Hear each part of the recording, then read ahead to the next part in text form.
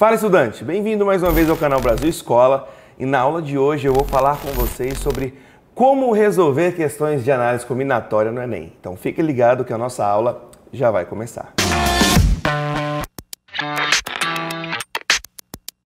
Bom, você sabe como resolver uma questão de análise combinatória no Enem? Obviamente, você tem que saber a teoria de análise combinatória no Enem. E se você não sabe a teoria completa, eu vou revisar aqui agora com você o que é importante você lembrar para o Enem.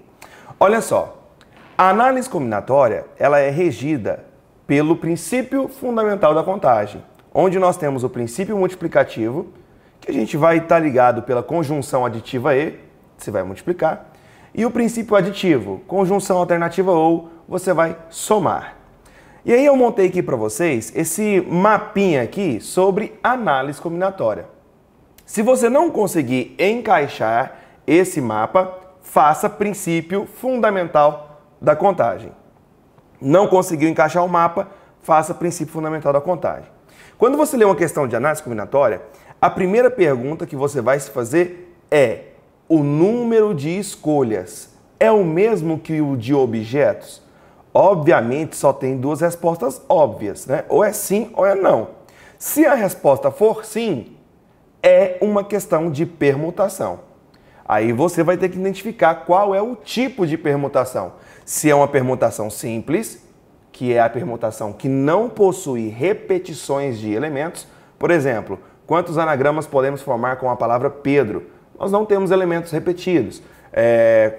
De quantos modos podemos organizar uma fila com 100 pessoas? Não temos elementos repetidos. Então trata-se de uma permutação simples. Ou se é uma permutação com repetição, como o próprio nome já fala, né? Tem elementos repetidos. Quantos anagramas podemos formar com a palavra arara? Fica de olho nos exercícios de pau-bola, de combinação com repetição. Dá para você resolver por permutação com repetição. E os exercícios de permutação circular, que é quando você gira os elementos e a sua resposta não muda, né? Você tem ali uma ideia central de girar os elementos e a resposta não mudar. Agora, se a sua resposta for não, você vai fazer uma próxima pergunta. A ordem de escolha é importante? Só temos duas respostas óbvias. Ou é sim, ou é não.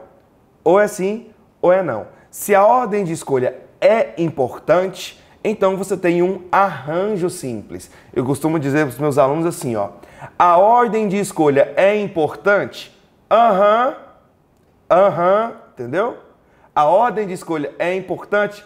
Arranjo, né? Para você lembrar de arranjo simples. Então, arranjo simples de n elementos tomados PAP, isso é n fatorial dividido por n menos p fatorial. A ordem de escolha é importante? Não. Não rima com combinação. Por isso que eu coloquei esse ão bem grandão aqui para vocês. Não. A ordem de escolha é importante? Não. Não rima com combinação. E como que seria a combinação simples de n elementos tomados PAP? É n fatorial dividido por p fatorial vezes n menos p fatorial. Então, seguindo esse mapinha aqui que eu montei aqui para vocês, você tem grandes chances de acertar a questão que vai cair de análise combinatória no Enem. Agora, se você quer aprofundar nesses assuntos, eu vou deixar aqui recomendado para vocês as seguintes aulas. Nós temos todas essas aulas aqui separadas. Nós temos as aulas de princípio fundamental da contagem, está aqui na sugestão para vocês. Temos a aula de permutação simples e com repetição. Temos a aula de permutação circular e temos a aula de arranjo e combinação. Então, se você quer aprofundar, você vai assistir essas 4 aulas que eu vou deixar aqui na sugestão para você. Vamos lá, então, sem delongas, bora ver uma questão sobre esse assunto. Essa questão aqui, ó, ela caiu no Enem 2017. Como eu sempre tenho dito para vocês, quando você for começar a ler uma questão do Enem, comece pelo comando. De quantas maneiras diferentes o comitê organizador da Copa poderia pintar a logomarca com as cores citadas? Então eu quero saber maneiras diferentes para pintar a logomarca. Então lá na sua prova física, você vai selecionar isso aqui. Então observe que o que está selecionado é o que eu quero saber. Maneiras diferentes de pintar a logomarca. Agora eu volto lendo o texto.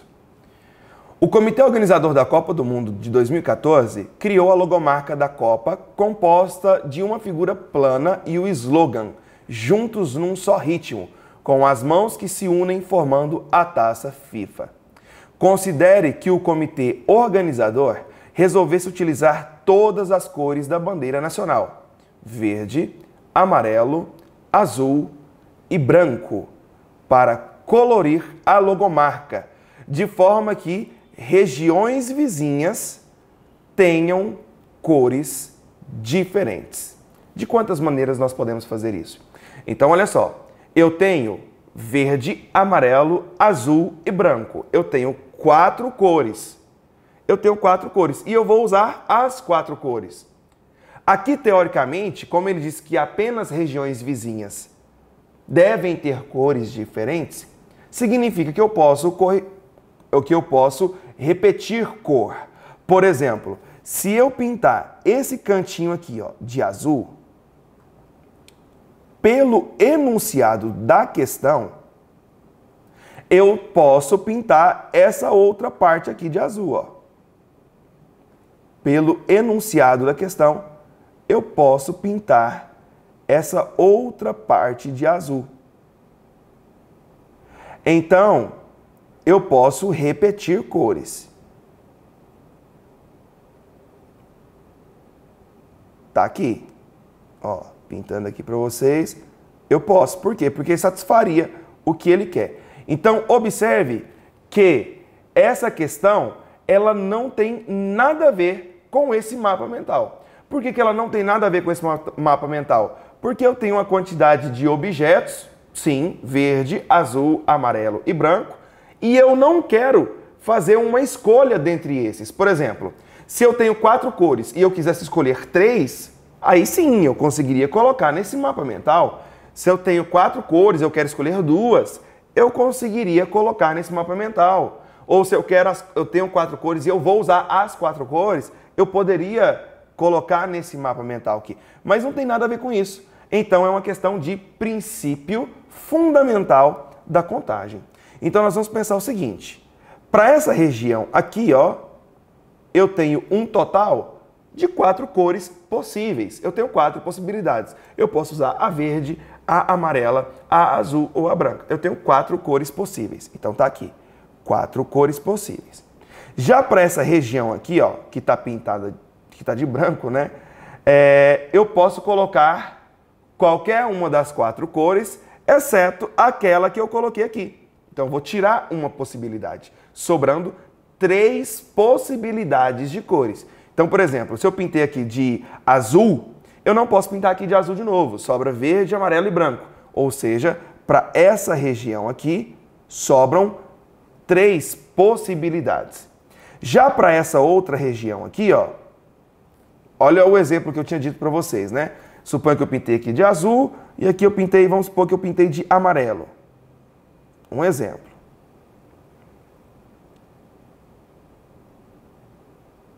Ou seja, para essa outra região aqui, ó, que está pintado de azul, eu posso usar qualquer uma das 3 cores, exceto a cor amarela. A cor azul que eu usei aqui no início, eu posso usar aqui de novo se eu quiser. Por quê? Porque são regiões vizinhas, certo? Então, para essa região, eu posso usar qualquer uma das 3 cores, menos a cor amarela. Para essa outra região, eu posso usar qualquer uma das 4 cores, exceto a azul, né? Porque faz região vizinha. A azul que eu pintei aqui. Lembrando que esse azul, amarelo, azul é um exemplo, tá? Então aqui são 3 possibilidades. Eu poderia usar a cor verde, a cor amarela ou a cor branca. Só não posso a azul por ser região vizinha. Então sobram 3 possibilidades. E para essa outra de cá, mais uma vez, eu vou ter 3 possibilidades, porque essa região só é vizinha dessa região aqui, ó. Então eu eliminaria essa cor. E para essa outra região, eu também tenho 3 possibilidades, porque ela só seria vizinho dessa região aqui, ó. Então, a nossa resposta é: eu tenho para essa região 4 possibilidades e princípio multiplicativo, Para essa região, 3 possibilidades. E para outra região, 3 possibilidades. E para outra região, 3. E para outra, 3. E para outra, 3. 1, 2, 3, 4, 5. Então, estão 3 elevado a 5, né? 3 elevado a 5, você vai encontrar 243. 3 elevado a 5, 243. Aí a gente vai fazer 243 vezes 4. 243 vezes 4, 972. Letra A. Viu só? Então tá aqui uma questão para você de análise combinatória envolvendo o princípio fundamental da contagem. Bora para mais uma questão. Saca só, mais uma questão sobre esse assunto. Questão caiu no Enem 2016. Pergunta é: o número total de senhas possíveis para o cadastramento nesse site é dado por... Então, quero saber o número total de senhas possíveis. Para cadastrar-se em um site, uma pessoa precisa escolher uma senha composta por 4 caracteres. 4 caracteres, sendo 2 algarismos e 2 letras. Essas letras podem ser letras maiúsculas ou minúsculas. As letras e os algarismos podem estar em qualquer posição. Essa pessoa sabe que o alfabeto é composto por 26 letras, ok? E que uma letra maiúscula difere da minúscula em uma senha. Qual é o número total de senhas possíveis? Então, gente, olha só o que eu quero montar. Eu quero montar uma senha de 4 dígitos. 2, 3, 4 dígitos. Onde 2 deles são letras e os outros 2 são algarismos. Bom, para letra, eu tenho 26 possibilidades. Então tá aqui. Só que são 26 possibilidades de letras minúsculas. Mas eu tenho 26 letras maiúsculas. Então eu tenho 26 minúsculas e 26 maiúsculas. Então eu tenho, na verdade, 52 possibilidades para letras. Porque 26 mais 26 é 52. E multiplica para essa outra aqui. Eu posso usar qualquer uma das 52 letras. Por quê? Porque ele não disse que são 4 caracteres distintos. Ele não disse que são distintos. Ou seja, eu posso repetir. Já para algarismos, eu tenho 10 possibilidades. 0, 1, 2, 3, 4, 5, 6, 7, 8, 9. São 10 possibilidades para algarismo. E para algarismo, de novo, 10 possibilidades, porque ele não disse caracteres distintos. Então, observe que aqui, teoricamente, eu tenho 52 ao quadrado, que seria 52 vezes 52, vezes 10 ao quadrado, que é 10 vezes 10, 10 ao quadrado. Olha só a letra B, mas não é a resposta. Não é a resposta. Por quê? Porque ele disse que essas letras e esses algarismos podem estar em qualquer posição.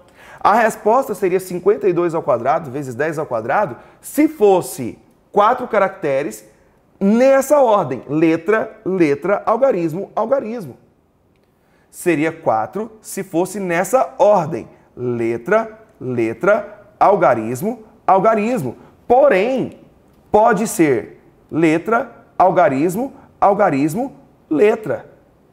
Pode ser algarismo, letra, letra, algarismo. Então, observe que aqui eu tenho 4 elementos. Letra, letra, algarismo, algarismo. 4 caracteres. E o que eu vou fazer com esses 4 caracteres? Eu posso permutar. O que é permutar? É trocar de lugar. Ah, agora a gente pode usar o mapa mental. Olha só. O meu número de escolhas é o mesmo que o de objetos? Sim. Por quê? Porque eu tenho 4 elementos e eu vou usar os 4 elementos. Sim. Então é uma permutação. Qual é a permutação? É uma permutação que não tem elementos repetidos? Não.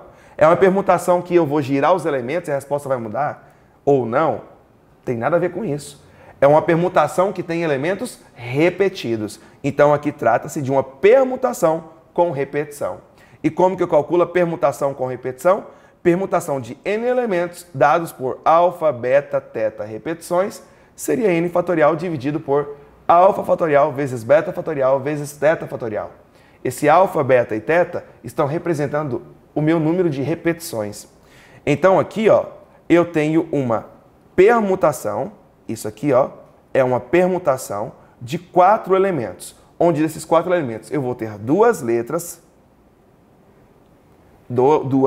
L, né, que eu estou sinalizando aqui, e 2 algarismos sinalizados por 2 letras A. Então isso aqui ficaria 4 fatorial sobre o fatorial das repetições, né? 2 fatorial vezes 2 fatorial. Então, eu ainda tenho que pegar essa resposta e multiplicar por isso. Então, aqui, ó, é como se eu tivesse esse 52 vezes 10 ao quadrado, são as possibilidades para letras e algarismos. E esse 4 fatorial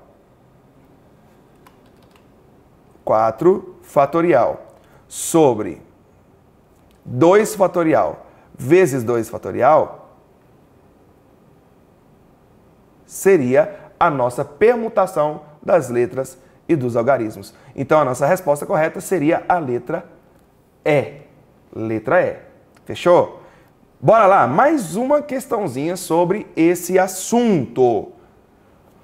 O número de formas distintas de se acomodar a família nesse voo é calculado por... Então, eu quero saber o número de formas distintas de acomodar a família. Eu quero acomodar a família nesse voo. Então, vamos ler essa questão. Uma família composta por 7 pessoas adultas, após decidir o itinerário de sua viagem, consultou o site de uma empresa aérea e constatou que o voo para a data escolhida estava quase lotado. Na figura disponibilizada pelo site, as poltronas ocupadas estão marcadas em X e as disponíveis são mostradas em branco. Então, as poltronas disponíveis são as mostradas em branco. De quantas formas podemos acomodar essa família? Então, se você observar, nós temos as cadeiras brancas, né, que são as disponíveis. Nós temos 1, 2, 3, 4, 5, 6, 7, 8, 9. Então, eu tenho 9 lugares. Eu tenho 9 lugares para escolher 7.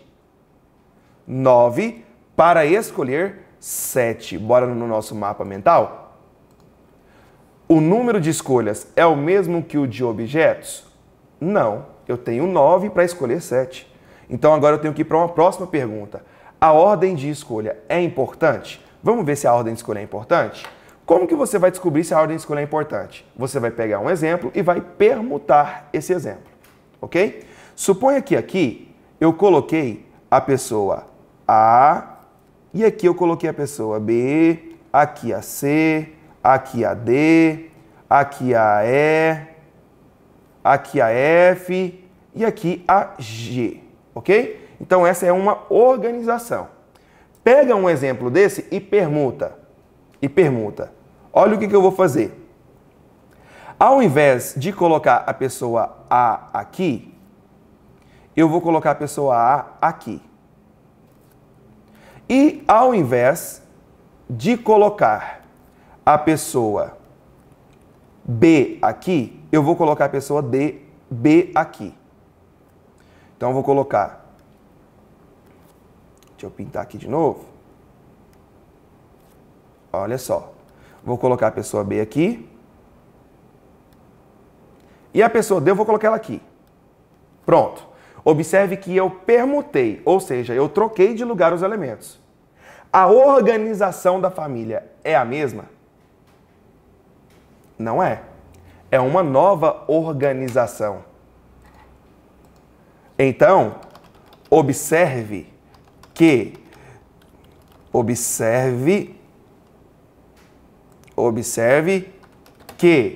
se trocarmos de lugar Ou seja, se nós permutarmos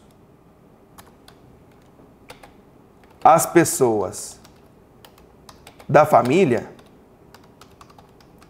a resposta muda. Você viu que a resposta muda? Não ficou uma nova organização? Logo, a ordem de escolha é importante. Então aqui, ó, ordem